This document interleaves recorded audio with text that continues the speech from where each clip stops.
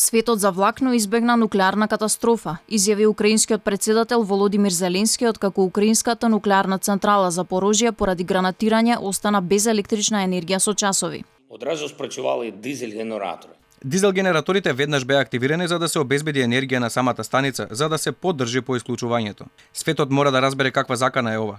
Ако не се вклучија дизел генераторите, ако автоматиката и персоналот на нашата станица не реагираа по прекинот, тогаш веќе ќе бевме принудени да ги надминеме последиците од несреќата со радијација. Русија ги доведе Украина и сите европејци во ситуација на чекор од катастрофа со радијација. Инспектори од Обединетите нации се очекува да пристигнат во нуклеарната централа следниве денови. Од Москва пак велат дека струјата од нуклеарната централа Запорожје во Украина се испорачува нормално и дека нема никакви дефекти, според изјавата на шефот на управата на Енергодар Александар Волга. Украинците вознемирени. Мислам дека секој што размислува сега се плаши. Сите се плашат.